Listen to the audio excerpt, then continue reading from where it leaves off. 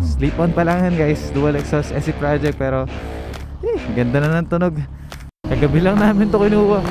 And ngayong umaga, change oil na natin agad. Laki ng bread box, oh. Pagka napaka-delete na natin guys. Yung signal light po pala na hindi gumagana kanina, okay pa yung valve. Yung kapitan lang maluwag. Kamusta po sa inyo yung langis na na-stock ng ilang years? 4 years? 5 years?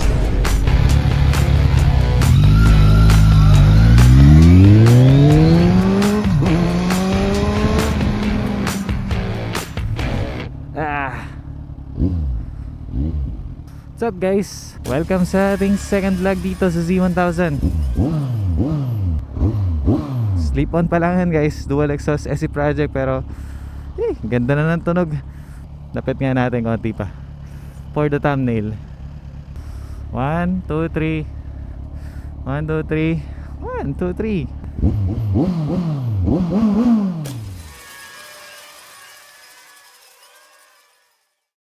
For today's vlog, DIY change oil natin tong si Z1000. At ayun guys, may motor na. May sarili na ako ulit motor. Shoutout ulit kay mama and papa at kay baby na supportive, na natulungan tayong bumili na itong motor at binigyan tayo ng approval na magkaroon ng big bike na Z1000. Grabe. Maraming salamat ulit kay Boss J Tol, Boss Jim. Kung di mo chinat Boss Jim, wala si Z1 ngayon. At thank you rin sa pag-save at suporta Boss J Tol. Buti available yung sasakyan na talagang save by the bell yung nangyaring deal. Sarap i-look forward yung mga tunog ng vlog natin kahit na dito lang muna. Di pa tayo makapag-ride dahil gastos yun eh. Kakabili lang ng motor. Muntik pa ako mauwi sa Ninja 1000 SX eh. Kasi para maiba naman dahil sa dami ng Z1000 no. Pero Z1000 pa rin eh. Kaya nga madami eh. Ganda kasi talaga. Thank you Boss Dos and Boss Ison. Tulungan po nila tayo ngayon na mag-DIY change oil. Wala ka palang gear indicator itong nabili kong Z1000 guys no. Ganun talaga siya. Raw power na nga. Raw ano pa, skills pa dahil sa pagkabisado ng gear. Kaya naman. Pero may nabibili namang gear indicator na ito na digital, mura lang. Meron na yung kay Boss Jim eh, yung ginamit natin sa vlog. Same lang din ang year model na ito, pero isa kanya naka-remap no, mas malakas po yun. Pero lakas na rin na itong stock syempre. Mura lang naman oil filter na ito eh. Tingnan natin, sana may available dito. Kahit namin sa inyo, anong langis yung ginamit namin. Kung paano kami nag-change oil, turuan po namin kayo sa mga magdi-DIY. So kakabili lang po na ito kagabi. Hindi ko alam paano line up upload gagawin ko rito. Pero bago ko i-upload to, for sure na-announce ko na meron na po akong motor. And yun, congrats po ulit sa akin at sa atin na may mapapanood na po kayo na sigurado may motor na si Motoel. Pero gagamit pa rin po tayo ng iba't ibang motor na depende kung ano ipapayaram sa atin. Ganon. Excited na akong bilhin yung oil filter. Oil filter po ng ganong motor, Z1000. Etong item. Picture ko ba? Para makita ilalim yung number. Iba rin yung number niyan, bossing, kasi stock pa siya, Kawasaki. Okay lang, yung kasukat lang niya. Black Bosch ang hanapin niya. Meron kayo nun? Saan kaya makakabili nun? Try nyo dito, sa kabilang tindahan. Sa kabila? Yun din ang hanap, kulay black. Oo, kasi ano makikita eh. Oo. Lutang na lutang daw yung kulay. Kaya nga, balikan ko na lang kung sakali. Thank you. Yun nga lang, kulay blue, kitang-kita, no? Hindi bagay. Sa kabila, tingnan daw natin. Sa tapat. Kung sakal naman di mo brabos, pwede mo ibalik sa akin. Ay, thank you, sige. Sa mga ganitong highway, rinig yung exhaust niya, no? Na slip on. Pero sa expressway, medyo nakakapantay niya na yung wind noise. Parang airplane. Smooth. Kagabi lang namin to kinuha. Ayun, ngayong umaga, change oil na natin agad. Sobrang makaka-excite gamitin. Pero wala pa po ako mga plano na mag-ride dahil buwelo muna, kakagastos lang sa pagbili ng motor. So hindi kakayanin na gumastos agad sa mga rides. Pero at least, di ba? Andito na. Nire-recondition at pina-project na lang natin. Para po sa part ng video na to, papakita po natin sa inyo yung difference ng stock side mirror sa kakabit ko na stealth mirror na ginamit ko dati sa 450NK. Ganda naman po talaga yung stock mirror eh. Okay na nga po ako dyan eh. Kaya lang pagdating sa POV ng vlog, masyado siyang malaki at kitang kita sa gilid ng screen magkabilaan. Sa gilid, ganyan po yung itsura niya. Tapos dito sa may harap, ganyan po. For me, para sa stock na side mirror, yung Z1000 isa sa pinakamagandang may stock na side mirror na pwedeng hindi mo napalitan talaga. Pero dahil nagbablog ako at gusto ko malinis yung ano natin, cockpit or dash natin, papal tayo sa stealth mirror ulit. Saka doon ako sanay eh. Yung iba nagbabar and side mirror, nakataas or nakababa. Tayo sa stealth mirror tayo nasanay. Pero tignan natin, kasi kung di pwede yung stealth mirror dito sa Z1 na galing sa 450NK, baka mag-bar end din ako. Tignan natin in 3, 2, 1, stealth mirror. Inis na lalo sa vlog. Sana maganda pagka nagamit na natin sa POV. Ito yung gilid. Boom! Parang winglet. Parang pakpak. Sarap oh. Boom! Street Fighter yung dating. Angas. Medyo na kayo kulang kasi nakapadak tayo eh. Dahil tapos na po natin ikabit yung stealth mirror, mag-start na po tayo sa DIY change oil natin dito kay Z1000. At ito po si Dos Rev Garage at si Boss Isan Mechanic. Sila po ang gagawa. At tutulungan po natin sila. At ito po ay talagang banding at hilig nila magkalikot. At sana ma-enjoy po nila itong Z1 natin. Laki ng breadbox oh. Pagka napaka-delete na natin guys. Biluan lang natin. Tapos yung kadena lilinisin din natin. Ayun siya ngayon. Na-stock talaga, may kalawang. Pero hindi pa naman siya yung palitin na marami ng adjust. Tapos detail tayo di ko rin to. O kaya integrated light. Ito tanggalin na, medyo nakakaluma tignan. Palitan na lang. Tapos yan ang itsura ng stealth mirror natin. Tapos isang bulb ng light dito palitin. O di kaya palitan na to yung nasa harap para mas maliit ng konti. Radiator guard, parang gusto ko rin palitan. Pero depende kasi sayang din naman, meron eh.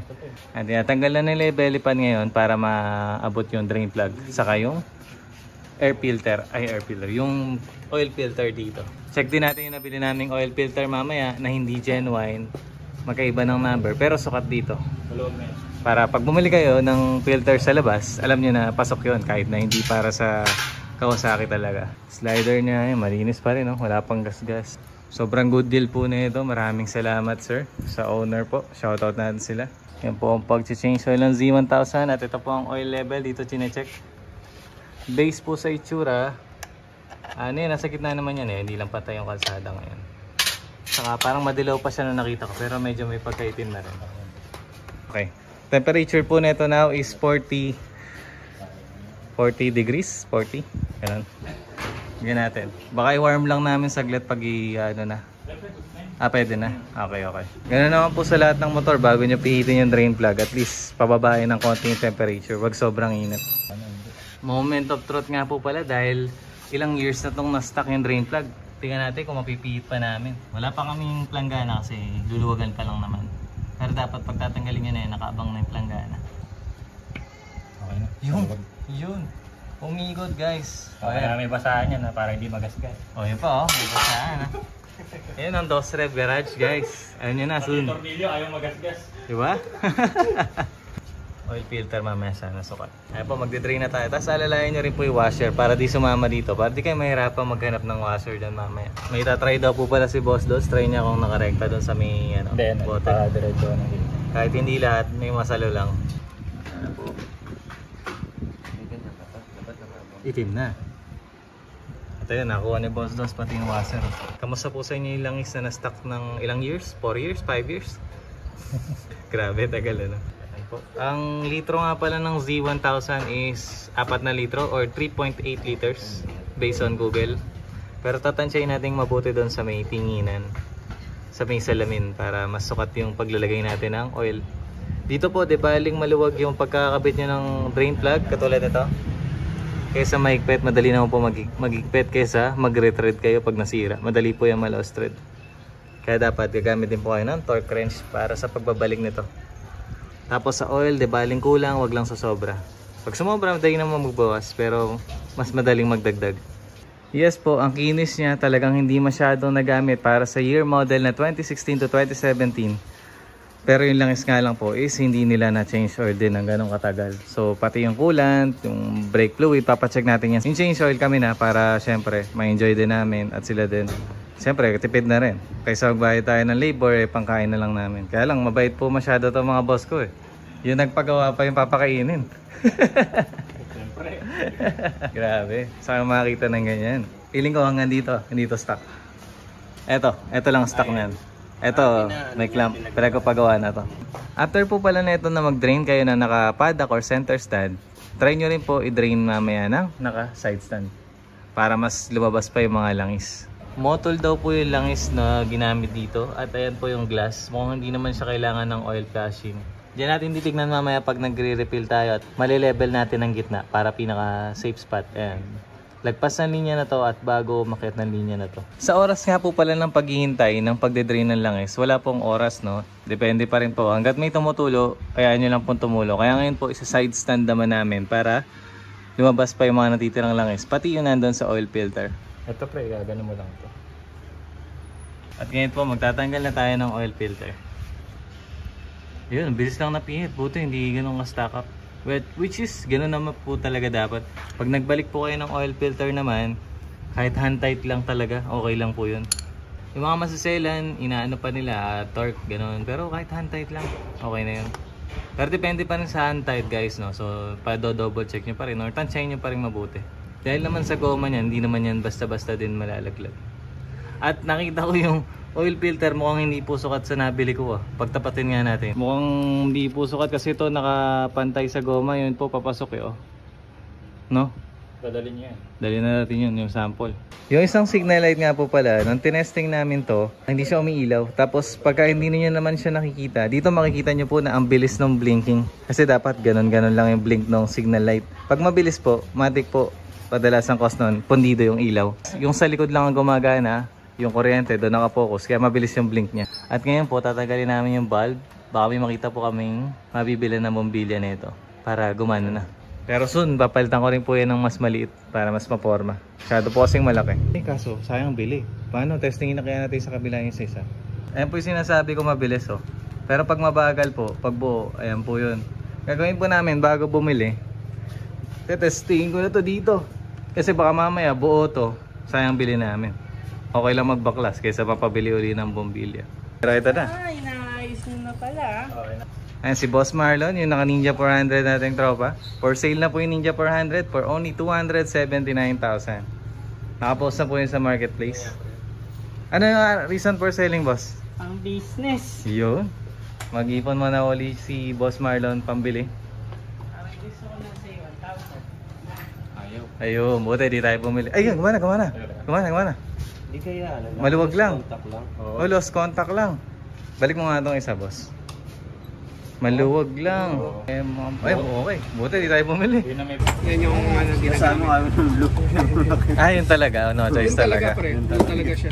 Okay. Sige. Yung kaninang una ko nakita, blue, ayaw ko. Yun pala talaga yung kasukat. Palubog na yung kanyang thread. Diba? Galing po nung ginawa ni Boss to, so may palatandaan siya. Para pag turn niya, hindi sobra. Yung saktong tansya lang. Hinantight niya muna and then secure niya na itong tools. At may tape pa yung oil filter para di magasgas. Oh. Solid. Dito lang po yan sa Dos Rev Garage. Ang garage na libre. Soon, mahal na po ang membership dito sa Dos Rev. At nandito na po si Boss Jim, mechanic. Hinihigpitan na po yung play ng throttle natin kasi may konting play. At yun, kinalas na po pala yung mga lever guard para pinturahan. Kasi medyo may mga bakbak na ng pintura po yun. Pakita natin. Yan. Maluwag, no? Yan, okay na po. Hindi na po ganun kalakas yung play. Oh. Ilan ang torque pala ng ano? Nakita na sa Google? 29 ko. 29 ko, pre. Ayan, 29. May washer eh. Okay. Ayan, 29 po yung torque na ginawa namin. Ayan, narinig nyo na yung click na yun. Okay na. Kung wala po kayong torque wrench, huwag nyo na lang higpitan. Di bali ng maluwag. Kaysa sobrang higpit, masira pa yung bolt. Pag maluwag, at least mahigpitan nyo pa na paunti-unti. Mamaya po, dito tayo magtatap up ng oil. Wala na yung dipstick. Ito na po, magsasalin na tayo. Nakasarado na yung oil filter. Nakasarado na yung... Salin yung lumang oil. Sasalin yung lumang oil. Ito pa po yung natira kanina. Dami pa rin, oh. Ayan po yung mga langis. Gagamitin natin langis ay Amsoil 40, 10W40. Yan po yung para sa bansa natin, eh. Sa weather and viscosity. May peki lang nga pala mo. May peki lang daw na itong Amsoil. Ingat po kayo. Magkano isa nito? Ano, pag marami kang binili, 465. 465 pag marami kayong binili. Pero pag isa lang 565 talaga. 565 pag... nakatipid 100, ah. Laki na discount. Kaya ayan, tingnan mo pa, isang box. Kaya isang box na yung binili, oh. Ilang piraso kayo sa isang box? Ang dami rin, ano? 12 ata. 12. Yan ang kagandahan. Pag pare-parehas din po kayo ng langis ng tropa nyo. Kung pwedeng pare-parehas kayo ng langis. Order na lang. At ayun po sa vlog na to, oh. Sila Boss Jim, si Boss Ison, sabi nila pag naubos daw yung gas nito, meron daw silang free full tank sa akin. Grabe naman yung mga tropa na yan. Naka-vlog yan. Oo. May resibo na. May resibo lang. Si Boss Dos, sinagot yung langis. Napaka-bless ko naman na napunta tayo sa mga ganitong mababait na kaibigan, supportive.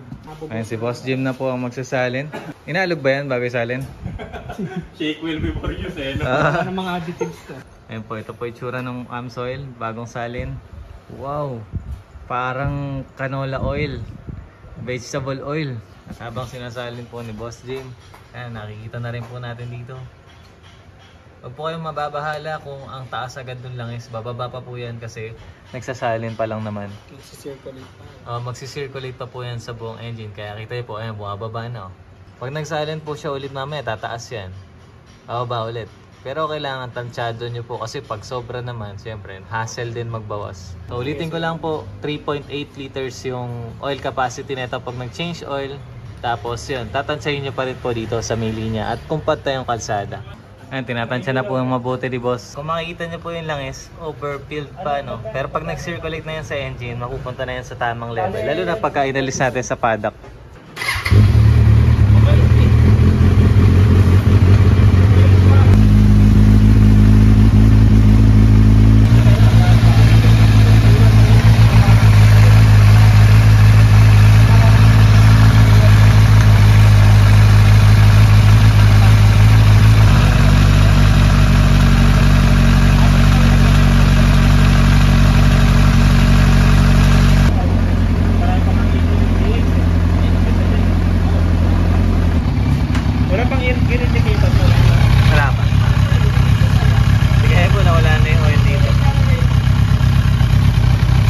Pero babalik po yan pagkapatay ng engine.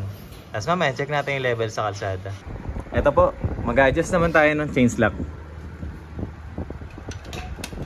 Ay, yung play pala nung ano, magaganunin ba natin? May basahan ba tayo?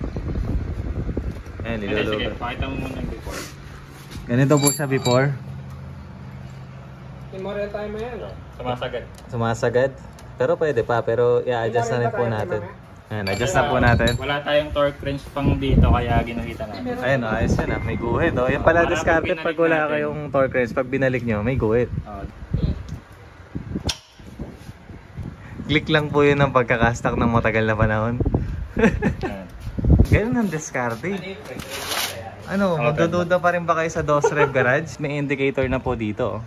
Sige, iikot ni Boss DOS, gagalaw yan. Ayun oh. Yan, tapos umigpit na yun ng konti. Ayun, umigpit na yun ng konti. Oo ah. Ayun oh.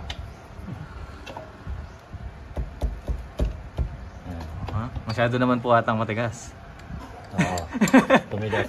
Basta ganun yung gamit niya. Babalik naman natin. Pero mas madali yung adjust ng ganyan ano. Kasi umiikot lang. Sukat pa rin. Ayun, maganda na yung play. Lumuhog po yan kasi pinangat ko kagabi. Kabila naman, dapat po kalinyat to. Ay, yung kabila? Kasi Iwan, hindi mo na kailangan adjust yung kabila. Weh? Pag inikot mo to, ganun din yung ikot dito. Oo nga no, ay pala kagandaan po dito. Umikot din yung sa kabila. Kaya pantay. Ang ganda naman ng ganyan. Sobrang dali adjust. Dali mag-adjust ng kadena. Kasi sa iba po, pag in-adjust nyo sa kabila, adjust nyo din sa kabila. Kasi papaling yung gulong. Dito po, na-adjust na parehas. Na-imagine mo na yung side mirror sa'yo pag nag-stealth ka na. Wala akong makikita. Wala akong makikita. Ayun, babalik na po sa dati. Ayan, dito nakatapat to. Para hindi mo over-torque, saka hindi rin maluwag. Ganyan din po yung ginagawa sa kasa eh, di ba? Nilalagay ng mga markers. Pag bagong bili po yung motor nyo, papansin nyo yung mga tornilyoan, may linya din po. Yun din po yung palatandaan nila para hindi na void yung warranty. Yung signal light po pala na hindi gumagana kanina, okay pa yung valve. Yung kabitan lang maluwag. Ayun na po, naayos na po ni Boss Ison Mechanic. Ayun na po, umiilaw na oh. Kabila. Yun. Dito po sa may dash. Hindi na siya mabilis oh. Kabila. Grabe, maraming salamat bossing. Ay, makakita ng ganyang kaibigan. Oo, mga sinasamahan yung grupo, puro kayabangan eh. Ayan po, inumpisa na pong liyahin ni Boss Jim yung pipinturahang lever guard. May wiring na, may mechanic, tapos may pintor pa oh. Magtatayo talaga tayo ng shop soon. Sarap naman mag-reset ng trip meter pag bagong change oil. Malapit na pong matapos. Ito na po yung stage na chinek namin yung pinaka-level ng oil. na malapit na siya sa kalahati, konting dagdag na lang, and then okay na tayo. Good to go na tayo para matest ride at matesting tong si Z1000 sa daan. Kahit naaarawan na, ang sisipag pa rin. Bakit? Nakaharang to. Oo. Gits lang. Ayan na po, ASMR. Ano ba ito pa eh? Kagitin. Oo. Ako mag-iit. Tingnan natin before and after mamaya.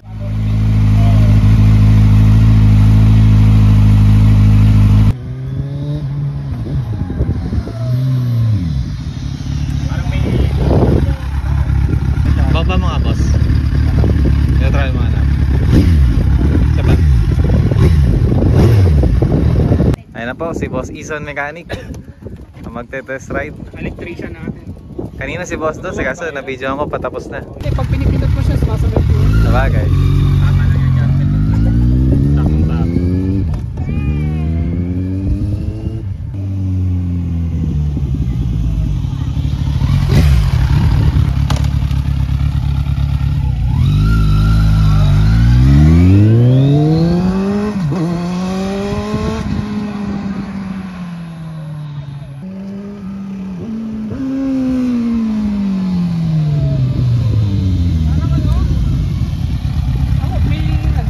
May hangin ata. Preno.